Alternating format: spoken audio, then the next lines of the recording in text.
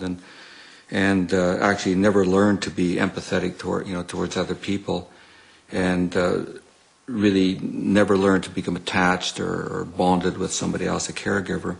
And that's the problem, and we can resolve it in adulthood simply by giving them a hug, maybe a musical instrument and a puppy dog, and they're all going to be okay. Give them lots of love and understanding. With a psychopath, I would argue that emotion is like being colorblind for them, and nothing we can do is actually going to instill a sense of empathy. This is really a waste of time.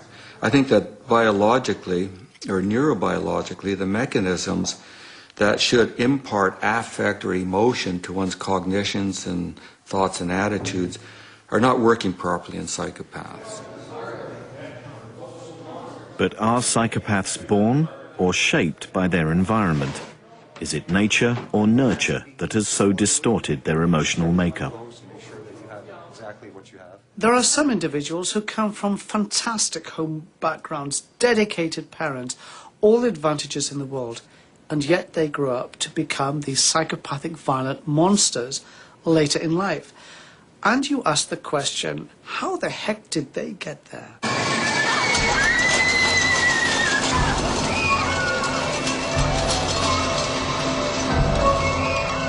If you were a scientist, as an experiment, you decided to try to create a psychopath by actually having all the right circumstances that you thought would create one, I suspect you'd fail at that. It's not something that one can actually cause environmentally. But there are those who argue that deeply traumatic influences in early childhood will surely have a damaging effect on an otherwise normal child, possibly causing psychopathy.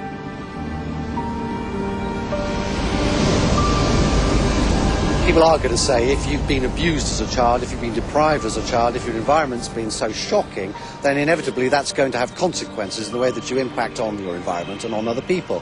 But it's just not enough. It's an inadequate answer. If you look at areas of deprivation in the world, if you look at third world countries, you look at children who've got nothing, who've been abused, they don't turn automatically into psychopaths.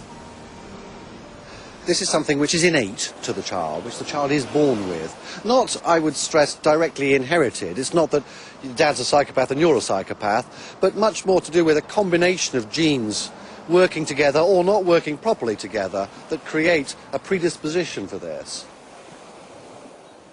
Martin Smedley works with seriously disturbed children at a leading London hospital. He's certain there are signs of psychopathy in some of them who are very young, but current medical practice forbids him to diagnose it. You can't call a child a psychopath. You can't call a child somebody with a personality disorder.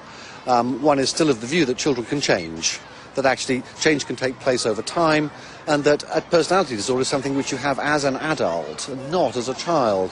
I think there are also sort of ethical considerations for taking a small child and saying, well, this person's a psychopath. It has a certain sense of inevitability about it, of incurableness about it, and one doesn't want to look at children in that way. I think one needs to intervene as early as possible if there's any suspicion that this child is likely to develop a personality disorder, is likely to become psychopathic, or is showing signs of psychopathy. One needs to be able to identify what those signs are and intervene. In Britain, medical ethics forbid the diagnosis of personality disorders in juveniles. Therefore, treating psychopathy at an early age, however advisable, is difficult. And anyway, remedial intervention, when the root cause of the condition is unknown, at best can only be guesswork. We're a complex mix of social, familial, genetic and biological processes, but we've almost entirely excluded biological processes from our understanding of crime, violence and psychopathy. I'm absolutely convinced by the research, by the science, that there is a biological basis to psychopathic violent behavior. A biological basis to the condition raises the question, can psychopaths fairly be held responsible for their actions? As scientists move closer to pinpointing the cause, it's a moral issue that society will have to confront.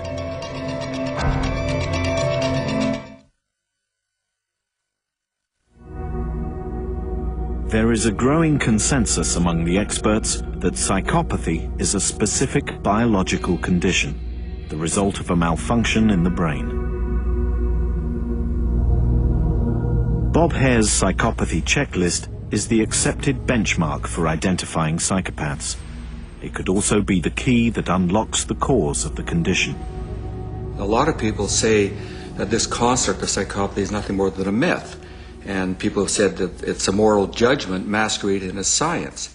Well, if we define people according to this cluster of characteristics, do they have brain images for a particular task that are different from those of other individuals? And the answer is definitely yes.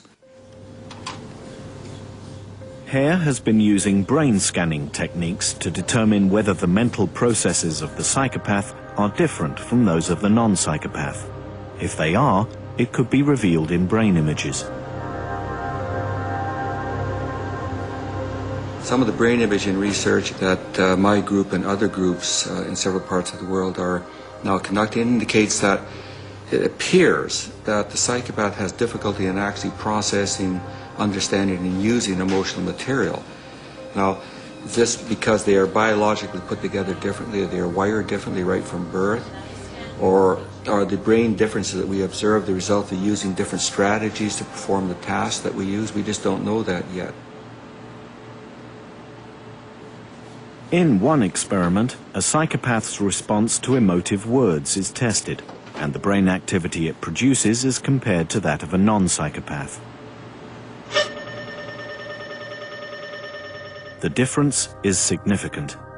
The white areas denote parts of the brain that are actively processing an emotional response to the words. In the brain of the non-psychopath, there is considerable activity. In the psychopath's brain, there is far less. It seems that there is less emotional involvement. Hare's research into the workings of psychopaths' brains is encouraging.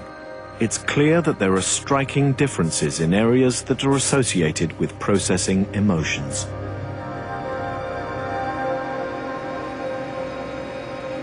We're interested in what parts of the brain are activated when you're looking at something neutral in connotation, an ordinary picture of a person or an object, or looking at something that has intense emotional connotation, something that's very negative, very disturbing to most people.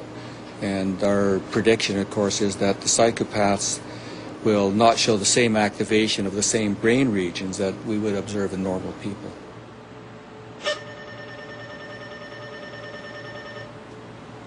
There's a lot of current interest in limbic system. The limbic system is extremely important in processing and producing emotional material. One part of the limbic system that plays an extremely important role in emotionality is amygdala. And one could argue that the amygdala is the problem. There's something wrong with the way the amygdala functions. James Blair lectures on developmental psychology at University College London. His research into psychopathy has focused on the part of the brain called the amygdala. The amygdala is a small structure that is housed underneath temporal cortex, almost in the middle of your brain, that's crucial for emotion and particularly emotional learning. It's most important for the generation of fear, and also seems to be very crucial in processing sad faces. From some of the imaging work we've done, we've shown that if you show a sad face to another human being, you see activation of the amygdala. I'm going to be showing you some pictures on this screen over here, and whilst I'm showing you these, I'm going to be measuring your emotional reactions with these electrodes. Basically what they do is they pick up the degree to which you're sweating when you're looking at the pictures. Blair is convinced his research shows that the cause of psychopathy is in the amygdala, that it functions differently in the psychopath from the non-psychopath. When you're looking at the pictures, you have to give a score between 1 and 10. 1 being you hate the picture, never want to see it again. 10 being it's an excellent picture, you wouldn't mind having that picture on your wall. And that's it. 1, 3, 5. There is various strands of evidence, though, all pointing towards the fact that there may be some problems in amygdala functioning.